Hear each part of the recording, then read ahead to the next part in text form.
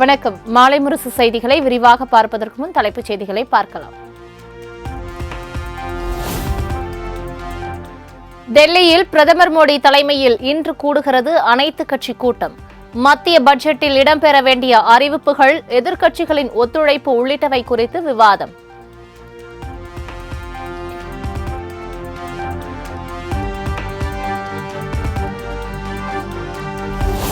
பரபரப்பான அரசியல் சூழ்நிலையில் நாளை தொடங்குகிறது நாடாளுமன்ற பட்ஜெட் கூட்டத்தொடர். இரு அவை உறுப்பினர்களும் பங்கேற்கும் கூட்டுக் கூட்டத்தில் குடியரசுத் தலைவர் திரௌபதி முர்மு உரையாற்றுகிறார்.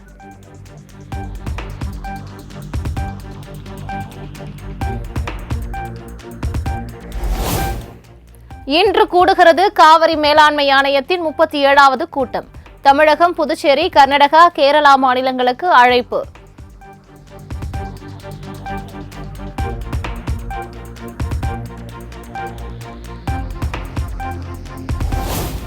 வக்பு வாரிய சட்ட திருத்த மசோதா அறிக்கையை இறுதி செய்தது நாடாளுமன்ற கூட்டுக்குழு. எதிர்க்கட்சிகளின் எதிர்ப்பையும் மீறி வக்பு வாரிய திருத்த மசோதா இறுதியானது.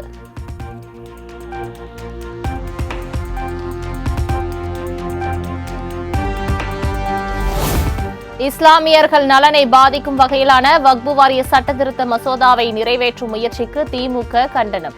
டெல்லி சட்டப்பேரவை தேர்தலை கருத்தில் கொண்டு அவசரகதியில் மசோதா நிறைவேற்றும் என குற்றச்சாட்டு.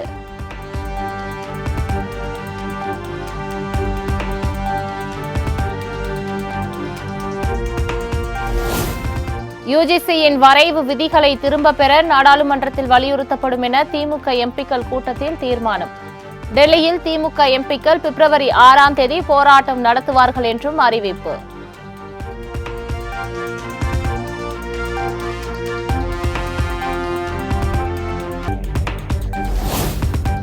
பிப்ரவரி 6, 7 தேதிகளில் நெல்லை மாவட்டத்தில் ஆய்வுப் பணிகளை மேற்கொள்ள உள்ளதாக முதலமைச்சர் மு.க.ஸ்டாலின் அறிவிப்பு.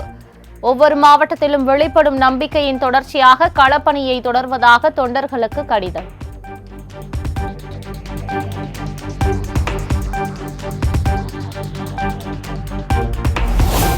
தமிழக வெற்றிக் கழகத்தில் 2ஆம் கட்டமாக 19 மாவட்ட செயலாளர்களின் பட்டியல் வெளியீடு.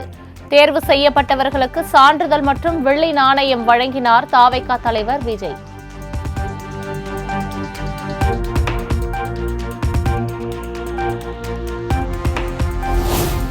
இனி வரும் காலங்களில் கடுமையாக உழைக்க வேண்டும் என புதிய மாவட்ட செயலாளர்களுக்கு விஜய் அறிவுரை. கட்சியின் வளர்ச்சியை நீங்கள்தான் பார்த்துக் கொள்ள வேண்டும் எனவும் பேச்சு.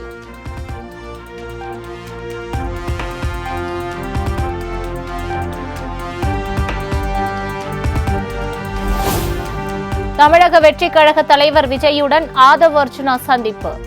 சுமார் 1 மணி நேரம் நடைபெற்ற பேச்சுவார்த்தையில் பல்வேறு முக்கிய விவகாரங்கள் குறித்து ஆலோசிக்கப்பட்டதாக தகவல்.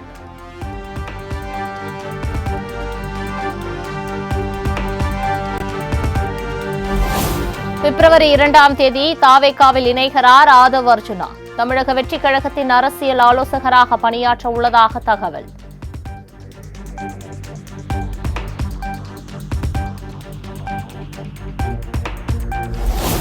சென்னை ஈசிஆரில் பெண்கள் சென்ற காரை இளைஞர்கள் துரத்திய விவகாரம். அதிர்ச்சியூட்டும் சிசிடிவி காட்சிகள் வெளியாகி பரபரப்பு.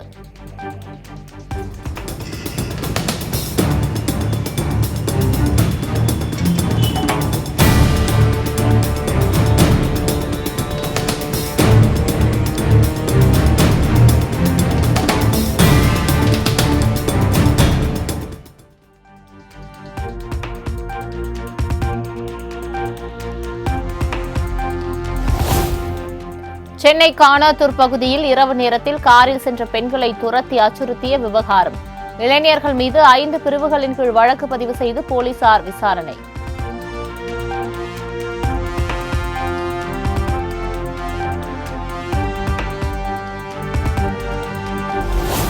சென்னை கிழக்கு கடற்கரை சாலையில் பெண்கள் சென்ற காரை மற்றொரு காரில் துரத்தி சென்ற இளைஞர்களை பிடிக்க 4 தனிப்படைகள் அமைப்பு. ஆண்கள் சென்ற காரை உரசிவிட்டு மன்னிப்பு கூட கேட்காமல் சென்றதால் துரத்தி சென்றதாக போலீசாரின் முதற்கட்ட விசாரணையில் தகவல்.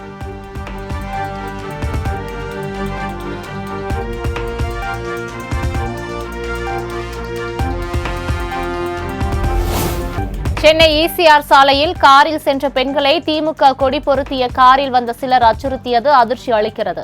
பெண்களுக்கு எதிரான குற்றங்களை மேற்கொள்ள திமுக கொடி லைசன்ஸா என எடப்பாடி பழனிசாமி கடும் சாடல்.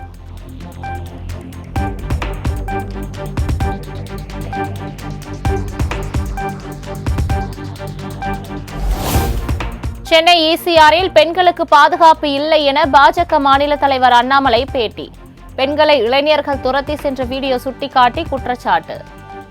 காட்சிகள் காரணம் நானும் அந்த பகுதியில் தான் வசிக்கிறேங்கன்னா, ECR பகுதியில் எப்பொழுதுமே உங்களுக்கு அதிகமாக இளைஞர்கள் பெண்கள் எல்லோரும் கூட சாயங்காலம் நள்ளிரவு அந்த நேரத்தில் அதிகமானவர்கள் அந்த பகுதியில் போகிறாங்க.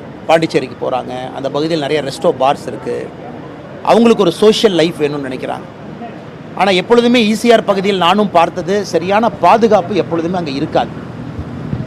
காலையில் அதிகாலையில் நள்ளிரவில் பல நேரத்தில் போகும்பொழுது நானே யோசிப்பேன், எனக்கு திமுக கட்சியினுடைய கொடி போட்ட ஒரு காரில் அந்த பெண்ணுகிட்ட மிக மோசமாக நடந்து கொள்ளக்கூடிய அந்த வீடியோ, அந்த பதிவாகி இருக்கக்கூடிய அந்த வீடியோவை நம்ம பார்க்குறோம். தமிழ்நாட்டில் எந்த அளவுக்கு சட்டம் ஒழுங்கு சீர்கட்டு இருக்கிறது என்பதற்கு பல உதாரணங்கள் இருந்தும் தினமும் கூட ஒரு உதாரணம் புதுசாக வருது.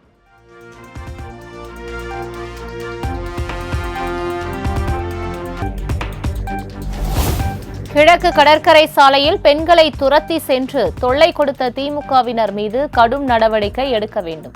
பாமக தலைவர் அன்புமணி ராமதாஸ் வலியுறுத்தல்.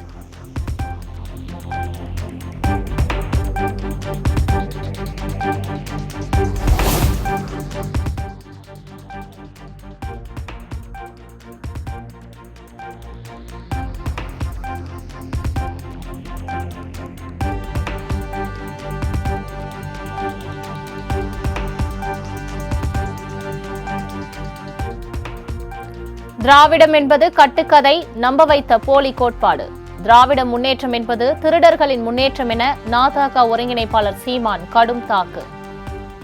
திராவிடத்தின் குறியீடு திருட்டு, திராவிடத்தின் குறியீடு பெரியார் என்றால் தமிழ் பேரினத்தின் பெருந்தலைவன், தமிழ் பேரினத்தின் பெருங்காவலன், தமிழ் தேசிய அரசியலின்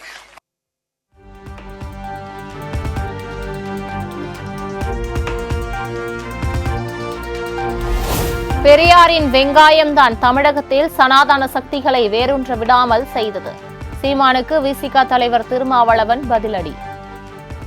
அந்த வெங்காயம்தான் 50 ஆண்டுகளுக்கு மேலாக தமிழ்நாட்டில் சனாதன சக்திகளை வேரூன்ற விடாமல் தடுத்துக் கொண்டிருக்கிறது.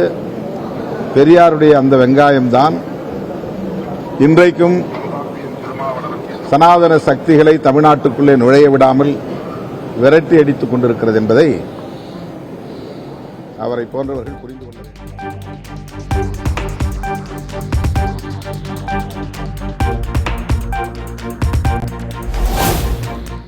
தமிழகத்தில் மட்டுமல்ல, இந்திய அளவில் ஒருங்கிணைந்த எழுச்சியை இந்த மண்ணில் உருவாக்க வேண்டிய தேவை இருக்கிறது. பெரியாரை விமர்சிக்கும் பாஜகவினர் அம்பேத்கரை விமர்சிக்க மாட்டார்கள் என விசிக தலைவர் திருமாவளவன் பேச்சு. இடதுசாரி சிந்தனை உள்ளவர்களையும் அரவணைத்து ஒருங்கிணைந்த எழுச்சியை இந்த மண்ணிலே உருவாக்க வேண்டிய தேவை இருக்கிறது.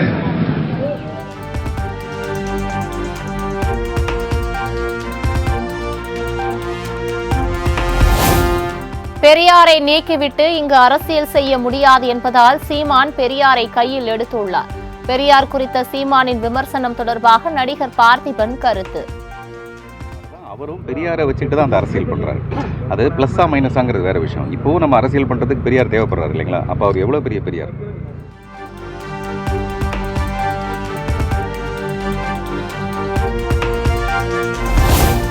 மத்திய அமைச்சர் கிஷன் ரெட்டி இன்று அரிட்டாப்பட்டி செல்வதாக பாஜக மாநில தலைவர் அண்ணாமலை அறிவிப்பு.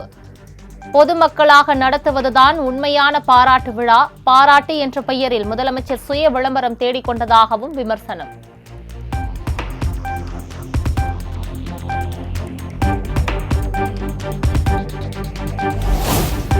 இந்தியாவில் வக்ஃப் வாரிய சொத்துக்களை கபளீகரம் செய்ய மத்திய அரசு முயற்சி.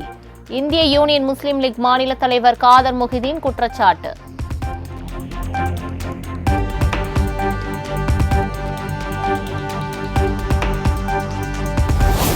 சென்னை எழிலகத்தில் விடிய விடிய உண்ணாவிரத போராட்டத்தில் ஈடுபட்ட சத்துணவு ஊழியர்கள் கோரிக்கைகளை நிறைவேற்றப்படவில்லை என்றால் வலுவான போராட்டத்தை நோக்கி செல்வோம் என பேட்டி.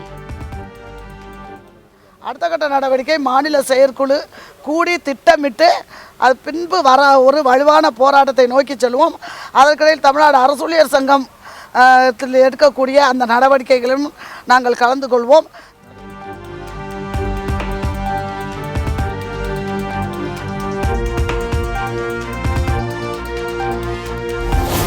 இலங்கை சிறையில் இருந்து விடுவிக்கப்பட்ட 6 மீனவர்கள் சென்னை வருகை. மீனவர்கள் மீது துப்பாக்கிச்சூடு நடத்துவதை தடுக்க வேண்டும் என வலியுறுத்தல். ஆனால் இலங்கை கடற்படை இந்த சுடுறதை மட்டும் இப்போ விட சொல்லுங்கள். இப்போ அது மாதிரி ஒரு இது பண்ணியிருக்காங்க. ஷூட் பண்ணி தான் போட்டுகளை பிடிக்க இன்றைக்கி எங்கள் போட்டெல்லாம் ஃபைட் பண்ணி தான் போட்டை பிடிச்சாங்க. ஆனால் இலங்கை கடற்படை இந்த சுடுறதை மட்டும் இப்போ விட சொல்லுங்கள். இப்போ அது மாதிரி ஒரு இது பண்ணியிருக்காங்க. ஷூட் பண்ணி தான்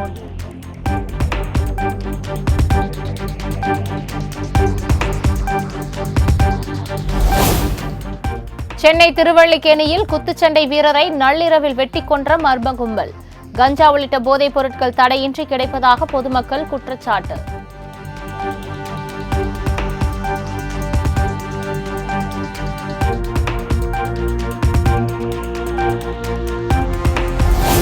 குரூப் 2 2A முதன்மை தேர்வுக்கான ஹால் டிக்கெட் வெளியீடு. இணையதளங்களில் பதிவிறக்கம் செய்து கொள்ளலாம் என TNPSC தகவல்.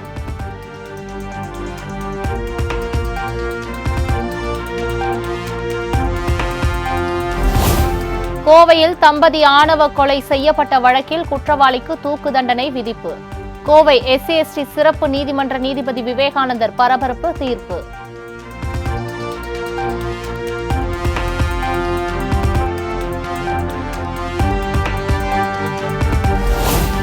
சிங்கப்பூரிலிருந்து திருச்சிக்கு விமானத்தில் கடத்தி வரப்பட்ட 22 லட்சம் ரூபாய் மதிப்பிலான தங்க நகைகள் பறிமுதல். வான் நுண்ணறிவு பிரிவு அதிகாரிகள் தீவிர விசாரணை.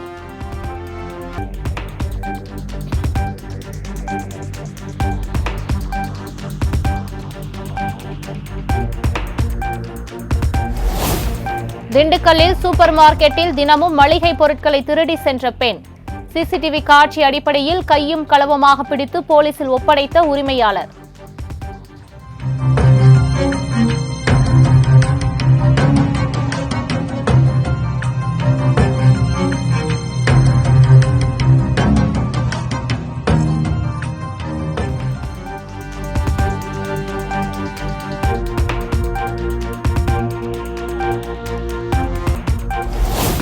தை அமாவாசையொட்டி மேல்மலையனூரில் குவிந்த பக்தர்கள். அம்மனுக்கு ஆரத்தி எடுத்து பக்தர்கள் பரவசம்.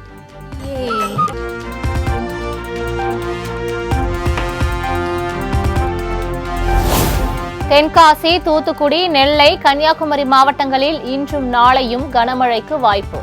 சென்னை வானிலை ஆய்வு மையம் கணிப்பு.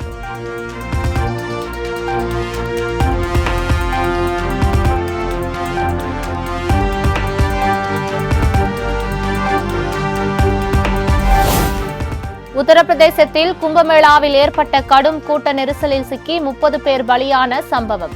உயிரிழந்த 30 பேரின் குடும்பங்களுக்கு தலா 25 லட்சம் ரூபாய் நிவாரணம் அறிவித்தது மாநில அரசு.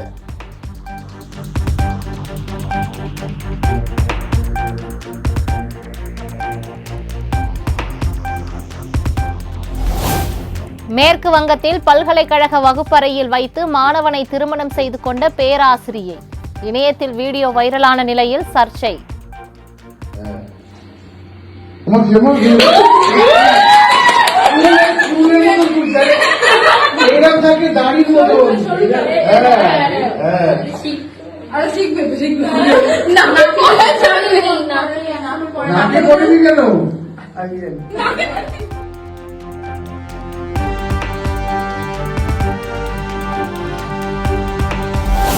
பராசக்தி என்ற தலைப்பை சிவகார்த்திகேயன் படத்திற்கு வழங்கியது AVM நிறுவனம். 73 ஆண்டுகளாக தன்வசம் இருந்த தலைப்பை சிவகார்த்திகேயன் படத்திற்கு வழங்கி வாழ்த்து.